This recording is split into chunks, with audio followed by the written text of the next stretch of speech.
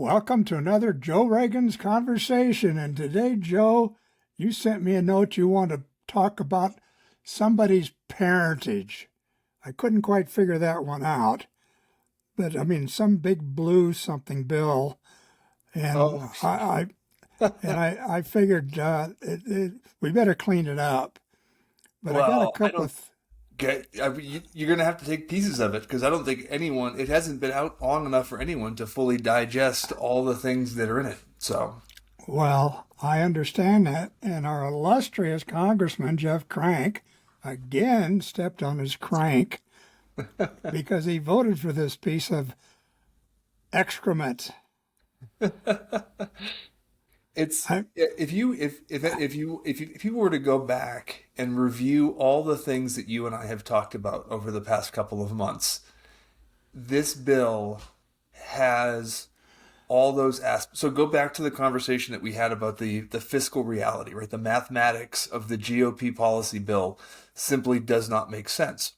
And that's exactly where we're at is again, you have a group that claims to be fiscally conservative that's a laugh. and has managed to add an additional what I think is somewhere between 8 to 10 trillion dollars onto the deficit over the course of the next decade. That's SOP for the Republican Party. And I think one of the conversations that we had today, because probably one of the more controversial pieces of it that's drawing the most conversation, is this piece about the cuts to Medicaid reimbursement. And one of the big challenges there, and I don't think OMB would look at this because it's not clear where the funding would go to. But this is an area where language is really important. And in the Democratic Party, we talk a lot about universal health care. Now, in the United States, technically, we have universal health care. By law, if you show up to the hospital must treat you. And so, by its definition, that is technically universal health care. And what's Well, really what we really want to talk about would be access to universal primary care, and that's a different story. But I say that because by law, these hospitals must treat people that show up. So if you pull somebody off of Medicaid, they will still get sick. They will still go to the hospital. Now they'll be going to the emergency room, which, as we've talked about before, is more expensive. And somebody has to pay that bill, whether the hospital has to eat it. Now, the hospital doesn't necessarily just eat this bill, right? That means that if you, as a private insurance holding middle class citizen, your insurance premiums are going to go up because that's where the hospitals are going to collect that money.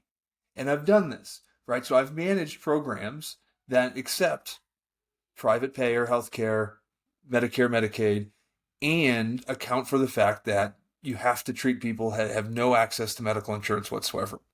And what I will tell you is, yep, understand. yep, yep, But the thing about the ERs is that they are run not by the hospital, but yes, they're contracted out, yep, and their basic philosophy is treat to street, and then you get treated, and they say, go see your doctor. right. So really, what this bill has done, what Jeff Crank voted for, is to pay more money for less effective health outcomes.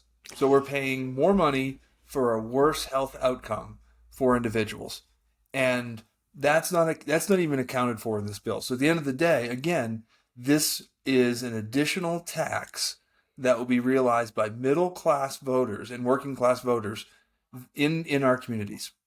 And like you said, we know that the immediate impacts of the tax cuts that have been provided to the wealthiest 1% of Americans is going to add an additional $6 trillion or more to the deficit over the course of the next decade.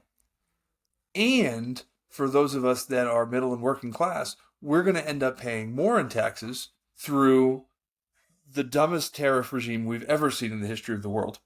And these other aspects where we're cutting access to programs that are really should be seen as an investment in getting people healthier.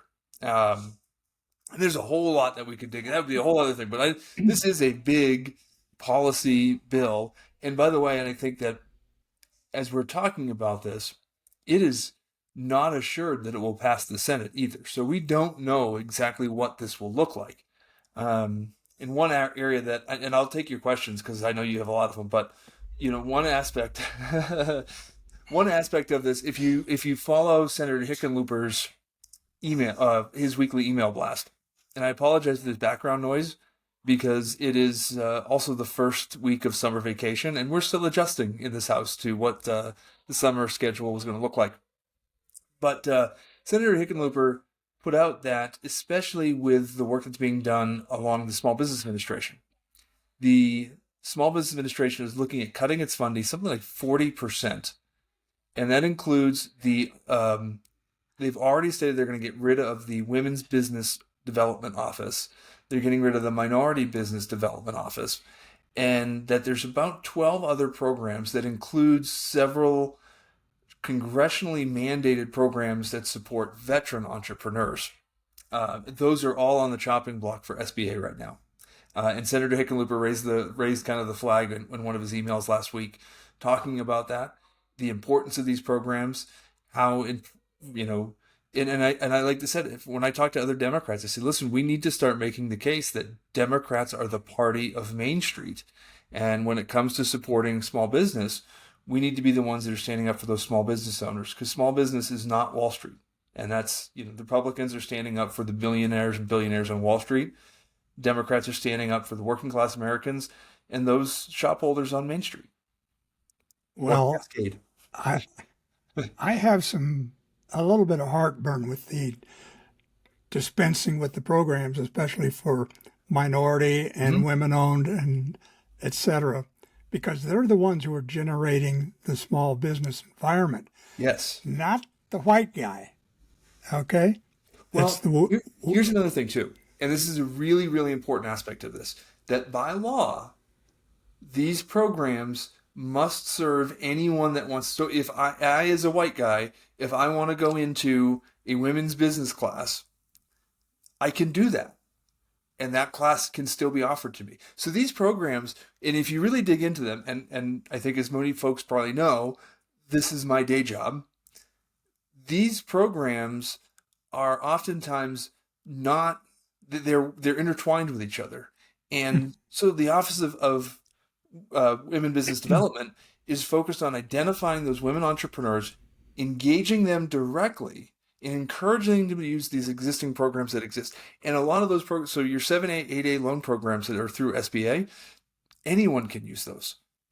And so really it's making those connections so that all of these different groups, whether you're a veteran, woman, minority, whatever, you get educated on the programs that exist through SBA. And then you're able to connect with other folks that have those similar experiences that you do to start that entrepreneurial journey. But at the end of the day, the money is going to be based on how well is your business plan written, and what are you really trying to do. So that's where it's kind of like, well, you're talking about a problem that doesn't really exist, and these are different offices, and you might say, well, maybe it does make sense to consolidate it, and there's no cost savings there, because really what it is these are offices that are designed to target specific groups, make that direct outreach. And it diversifies the work, because then go back into where do you find these people? And if you look here in Colorado Springs, we have our Chamber of Commerce. We have a State Veterans Chamber of Commerce. We have a Hispanic Chamber of Commerce. We have a Filipino Chamber of Commerce. We've got the Women's Chamber. So you have all these other groups that are already engaging with these different types of business owners. And you have the SBA that needs to be going in and engaging with these different constituencies. So that's kind of the story behind the headline, I guess, if you will, on these programs, and how cuts to them will impact effectiveness. It's going to prevent those folks that want to start a small business, which in our city is really important. That's what drives jobs in our city. And I use this figure. This is a fun one. I love this one. If veteran-owned business was its own industry in the state of Colorado, it would be the fifth largest industry in the state. Veterans-owned small businesses contribute $23 billion annually to Colorado's economy. And Well, I'm going to kind of be Debbie Downer here a little bit. I was reading an article by Heidi Presbala, reporter. I've followed her for many years. Excellent reporter. And she was talking about news deserts. And she showed a map where there are no newspapers in these little towns, especially in the rural areas. Mm-hmm. And I'm not familiar with the rural areas of CO5, but these people aren't getting the news and they don't know what's going on. Right. And when these Medicaid cuts hit, also possibly Medicare and all these other cuts that they're talking about, these people are going to be blindsided because they didn't have a newspaper telling them what the heck is going on in the world. And they're the basic Trump voter or crank voter. Yep. So it's going to be a surprise. And I watched Heidi go through the paces on this one. And she said it's going to be a sad day because they won't know why their hospital is closing. Yeah. They don't know. They won't know why the Social Security office is taking so much time to process their claims, and so on and so on. And what happened to the food stamp program? What happened to the child care program? They'd have no clue. Mm-hmm. And you're right. The Dems have to get on board and start broadcasting this. This is how bad it's going to be, folks. Yeah, and one of the things that I think Dems, especially those that are currently in office, would be doing a much better job. So when we look at this bill passed by what, 2, 3 votes? One. It was one vote. So there we go. So you want to throw a guilt trip on me, right? That there's that one vote. Right, but there was 2 abstentions. Yes, but here's the thing. And if you look at where the Senate's going with this, the math starts to get very interesting. You have Collins out of Maine, which is one, again, Maine is a huge Medicaid state.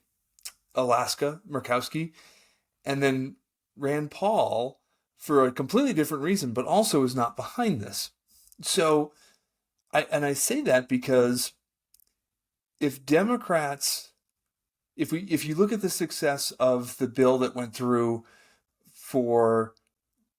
and it didn't wind up being a law, but they made essentially a compromise for voting for new parents. So members of Congress that are new parents can now vote through a proxy, essentially. Right. There's like they came up with a compromise. The exact compromise is but the Democrats forced a vote. We're about to force a vote on the issues through the discharge petition, and so it's an opportunity for Dems to provide that alternate budget plan and come out and say, hey, if we're the Democrats, what would our budget plan be right now? Because now you look what's happening in the bond market, and the deficit is a major issue. It's going to have an impact on every aspect of the financial markets. Yeah, it's who's going to buy the debt, and we have to do something about that. Yeah. Now, I think you take Donald Trump up, and I think I mentioned, I can't remember if I mentioned this in one of our conversations or if I put it on Facebook, but right. So Donald Trump mentioned and threw out there the idea of introducing a 40% tax bracket, which I think during our math conversation a couple weeks ago, that was one of the things I brought up. You put on a 40% tax bracket, and suddenly you don't really need to make any cuts. And suddenly you've balanced the budget simply by doing that. And I haven't done the math on it, so I mean, like I said, this would be something that would require some level of complexity, and that's where the Democrats could leverage their collective staffs to pull together that package. So you know what, the president, Donald Trump is right. If we do a 41% tax bracket, we can balance the budget right now, and we still want to go after fraud, waste, and abuse. But what's being cut is neither fraud nor waste nor abuse. Right. You're simply cutting people off. And again, there's no actual cost savings that's going to occur through that. It would be interesting to see if you could get some Republican support to that, because I think it's there. You're starting to see some fractures in the moderates, the very few moderates that exist that are left in the Republican Party.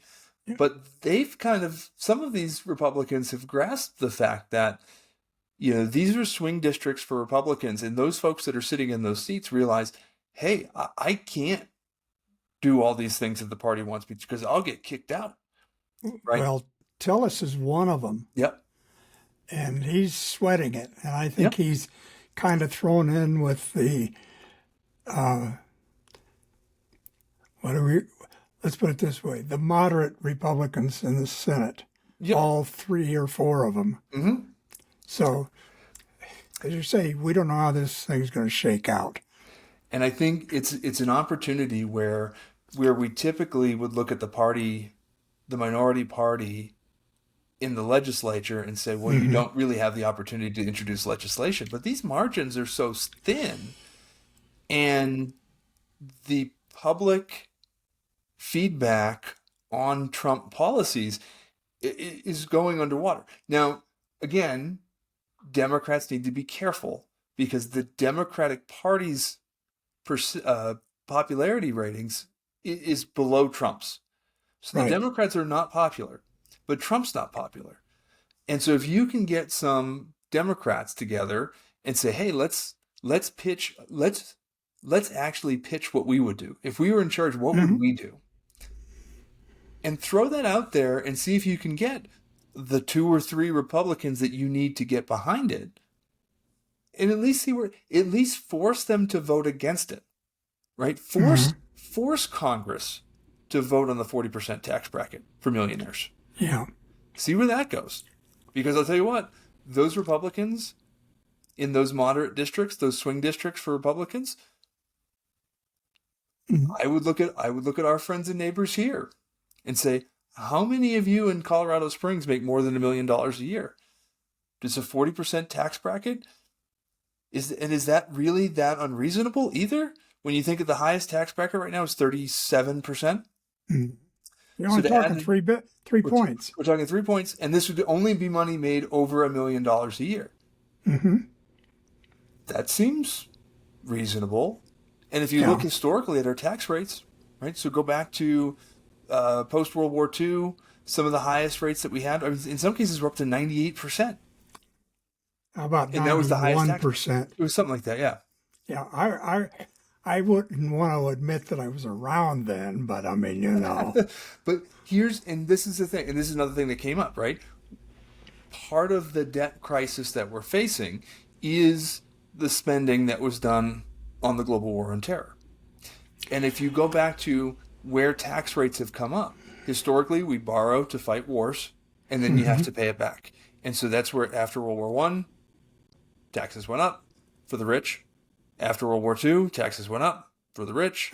Even after Vietnam, there was a big, right. And so Reagan kind of pushed it off for a little bit, but then Bush had to come in and ultimately raise taxes. And so we're kind of in that point where, hey, we made the decision to go to war. We borrowed to do it. Now we have to repay that. And the prosperity that has come through our collective action, right, that has benefited the wealthy. And now it's time to say, hey, you got to pay back you got to pay your fair share here. Well, how about this is your country too? Yeah. I mean, Yeah. we have everybody else ponying up. Yeah. Why not you? And I mean, let's get real about it. If you're making $1 billion a year, you can't begin to spend it in 1 year. So, Yep.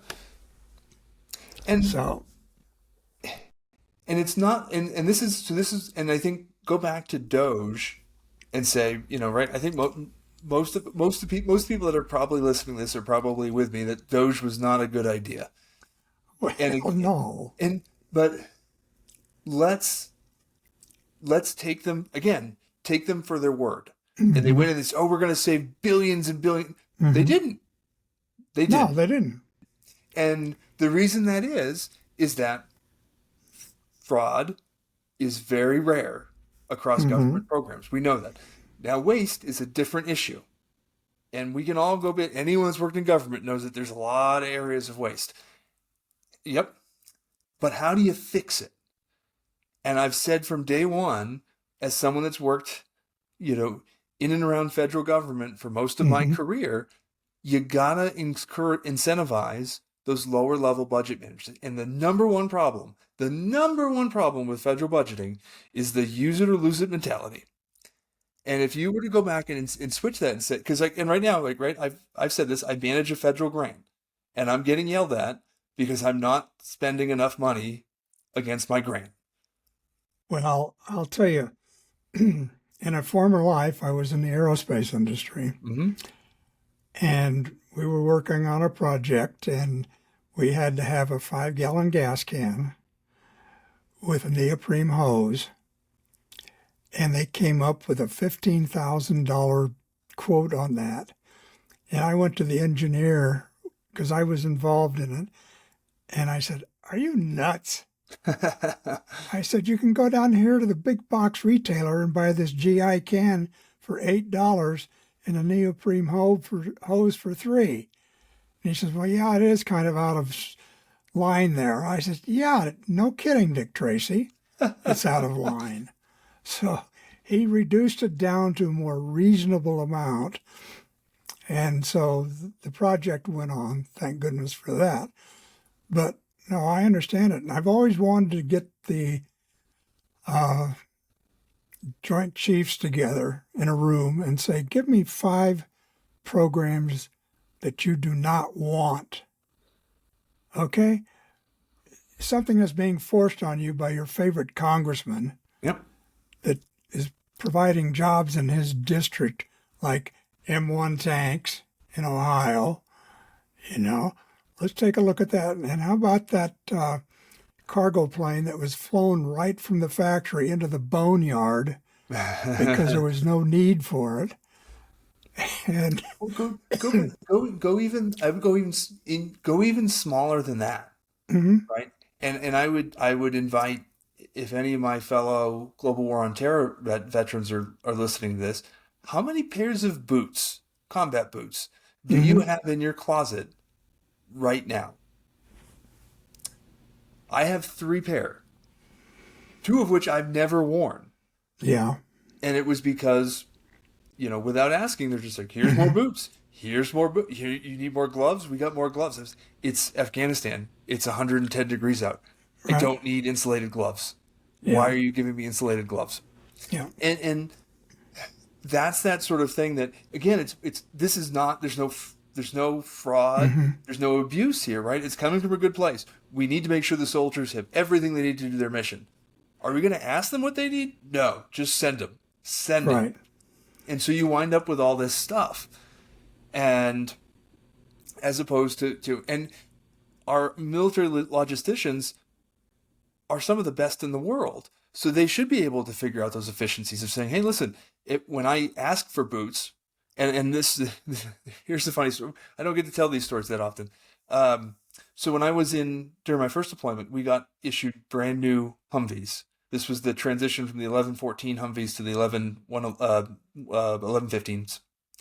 And so we got all these new trucks, and literally, first mission, someone took a couple of pop shots at us, and they shot the air conditioning unit in my truck. They did not have a replacement part. And this kind of is a little bit whining, but they did not have a replacement part for the air conditioner. And so while Mhm, I'm driving around Helmand, Afghanistan in 120-degree heat, wearing full mhm, body armor, I have no air conditioning because mhm. they can't get the parts to me. And that's one of those examples of, hey, if we can figure out that just in time logistics, which we have the capacity to do, then there's a lot of savings just in that component of it. Um, You're you're absolutely correct Mhm. because when I was working at Naval Supply in Oakland, California, there was the USS Long Beach that needed an O-ring, just a little, about the size of a dime. Yeah. And so I called up the manufacturer and I says, or actually a distributor, because the manufacturer's not in the Nope. business. And I said, do you have this O-ring? And he said, yes. And I said, well, tell you what, I don't want to issue a purchase order to you, number one. And I said, number two, how much is this thing? And he says, 75 cents. And I says, do you have an envelope? And he said, yes. Do you happen to have the O-ring in your possession? He said, yes, I do. And I said, would you write USS Long Beach FPO, put it in the envelope, seal it up, and mail it? And he says, I can do that. I mean, it wasn't rocket science. Nope. Nope. So, And that's the thing. And it's when I talk about this from the military context because that's my experience. mhm, But I in working with other government agencies, that same level of knowledge, of ingenuity, of problem solving exists within these folks that are doing the data. These are not the senior executives. These are the sergeants, the staff sergeants, the GS sixes, sevens, and eights of the world that are out there actually doing this stuff.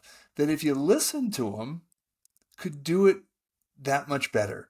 And so to keep us on track with the big beautiful bill, because another component of that is yeah, talking about support for border security and the policy implementation, the policy components of the border security piece contradict everything that the Border Patrol Officers Association is looking for.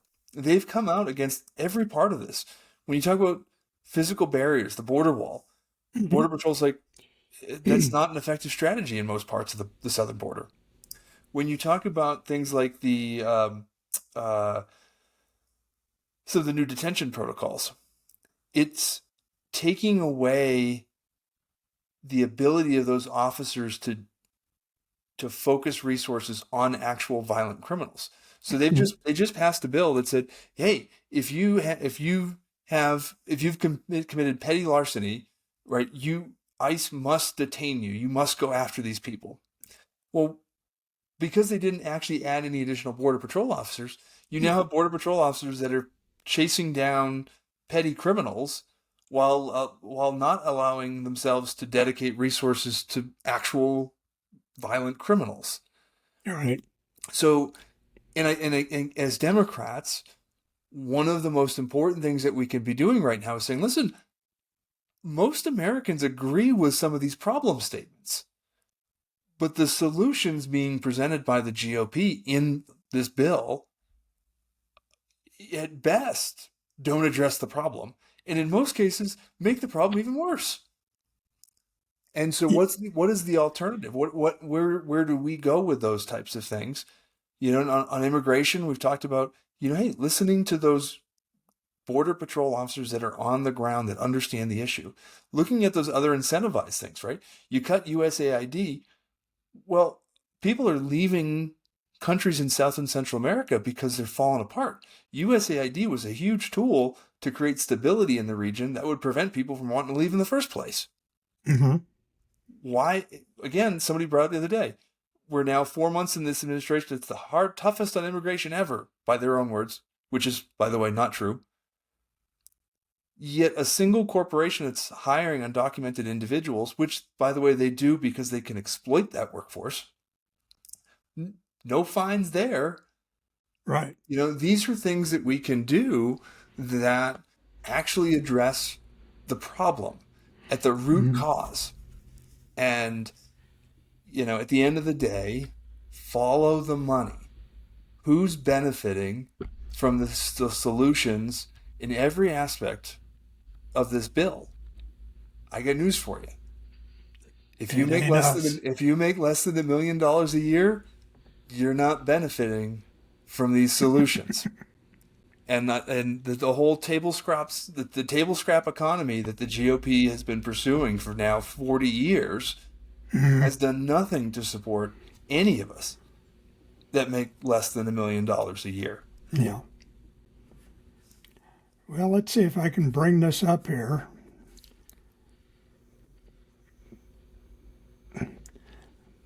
I've been playing with this laptop and it doesn't seem to be cooperating.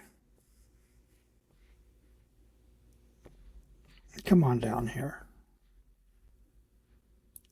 Now, the one thing I wanted to bring up,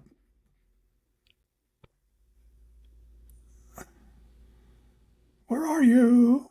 Well, I'm going to wing it. I'm going to go memory. Okay, I looked at the last election figures, and Jeff Crank got 54.9% of the vote. Mm-hmm. The Democrat got 40.7% of the vote. Yep. Okay. The other candidates got 4% of the vote. Yep. Okay. So this is supposed to be a in favor, 20% in favor of the Republican congressional district. Okay. If you just plug the numbers in, that's been halved already, and Jeff hasn't even been in office 6 months.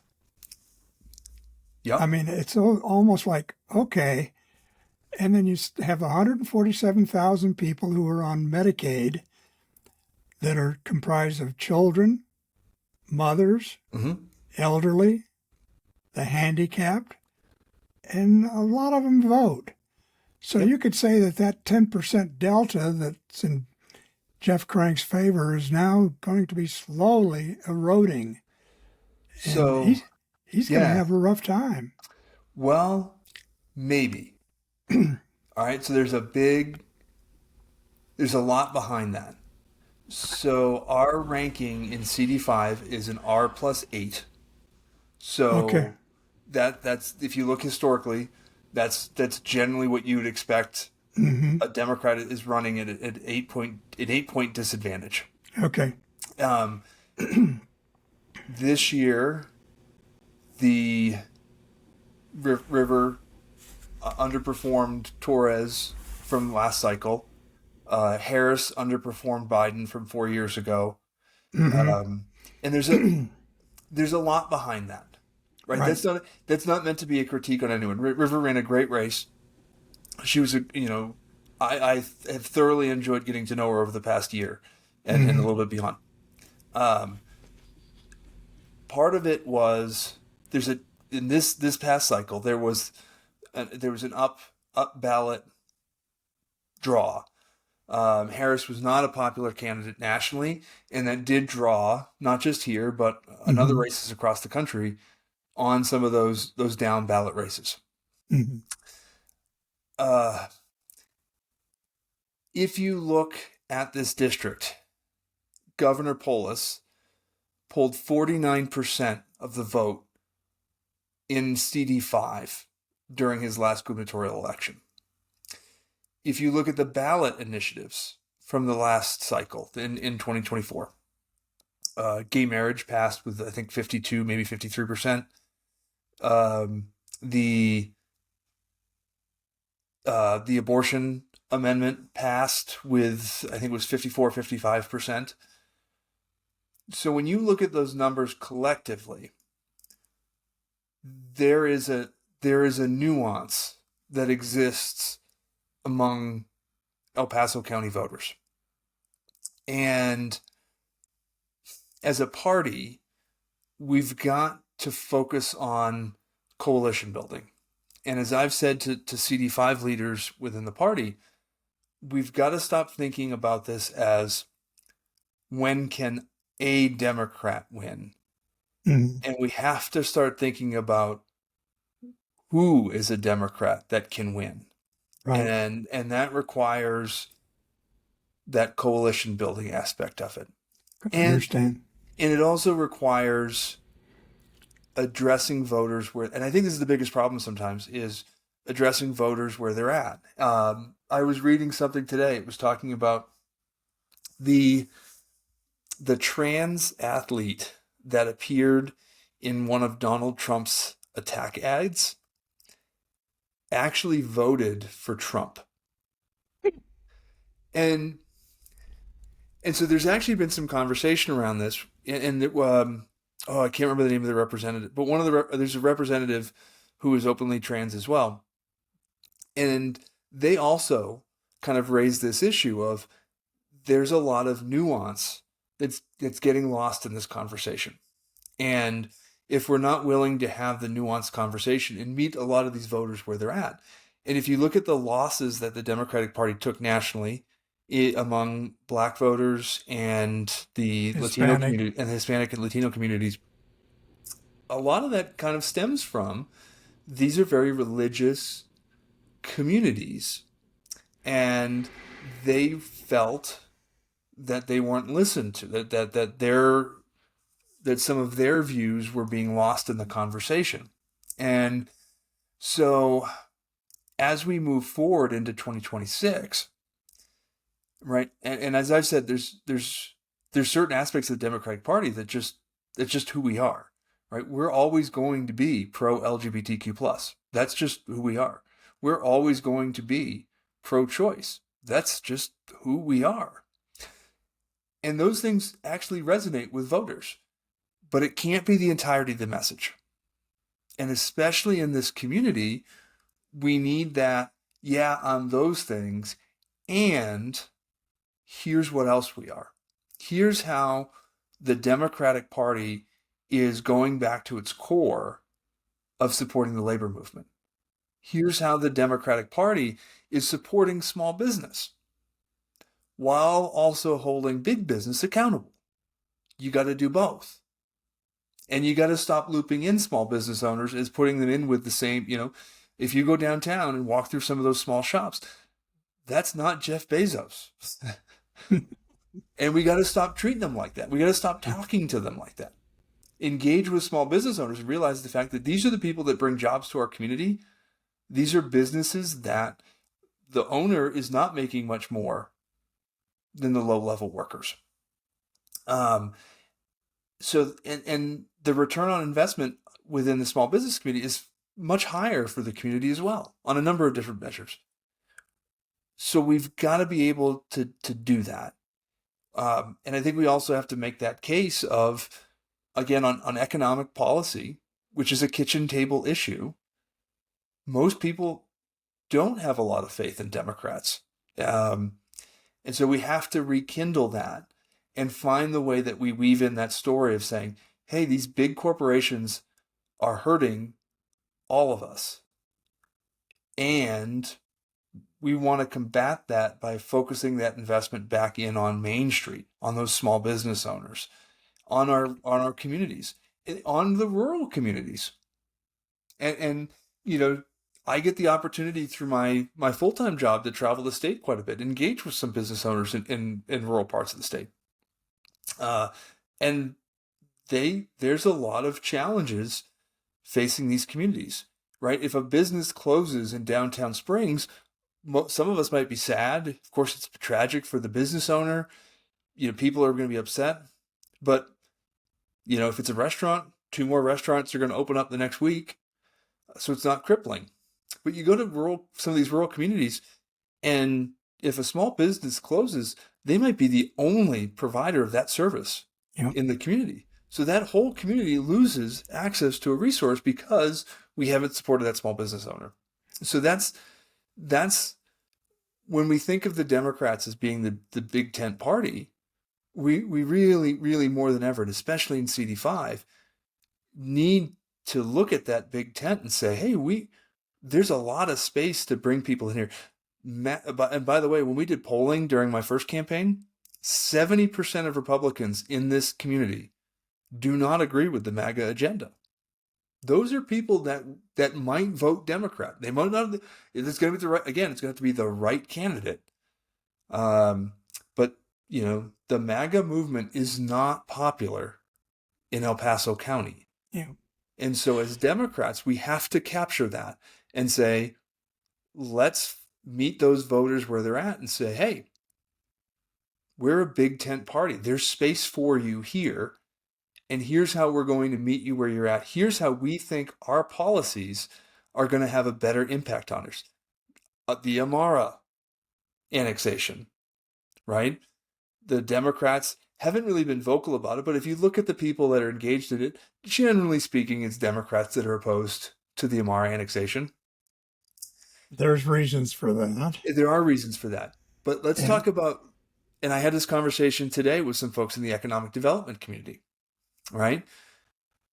Encroachment on the military installations is threatening our ability not only to retain Space Command, but to attract other national security missions. right. And so it is this unrestricted development, and programs like Amara are exactly that, Hmm. that threaten it is the defense industry is the largest industry in Colorado Springs, and we have it. And sure, should we diversify? Yes, but that takes time.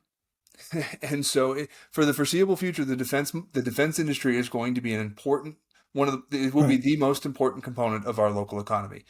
If we allow developers to run unrestricted, we will not get new national security missions. We will lose Space Command. In fact, I can tell you we're almost certainly going to lose Space Command. Yeah. And that, again, will have an impact on all aspects of the job market. So this is an area where we can say, hey, we're not against, yes, the arguments for water and utilities and waste and all that stuff, 100% true, very, very important. But if you really want to address some of those not fringe neighbors, some of those moderate neighbors, those people on the fence, those Republicans that are like, I don't like this MAGA stuff, but the Democrats got to give me something. Right. This is that opportunity to say, hey, we believe in supporting our defense industry here locally as well. We want to see our installations thrive. We want to see our military families thrive. And to do that, we've got to be smarter with our development, because putting these new developments right on the outskirts of these major installations hurts our ability to attract these missions. The children in our community that want to, continue to serve, they're not going to be able to afford to stay here. They're not going to have jobs to take here because we're not being smart in our growth and development. So I think those are just a couple of things that, like I said, and for my Democratic friends that might sit there and say, wow, that doesn't really sound like a Democrat to me. Believe me, I am. But I've also been out there in the community long enough to know that we've got to be talking about these issues in a way that resonates with the majority of our friends and neighbors. And as an R8 district, that means we've got to talk about the issues that are important to us in a way that's going to resonate with those on the fence Republicans. 50% of this district are unaffiliated voters. That does not mean they don't have a partisan lean. They do. And so understanding where those issues are, that we can draw those people into the big tent that is the Democratic Party, that's how you win this district. Okay, Joe, thank you so very much for another conversation. I always love it. I apologize. I keep running late for these things Well, last baseball game, and now I'm upset. It's the last episode of Handmaid's Tale tonight, so I gotta see how this thing wraps up. okay, Joe, until next time, thank you so very much. Thanks, Gary. Thanks, everybody. Okay, goodbye.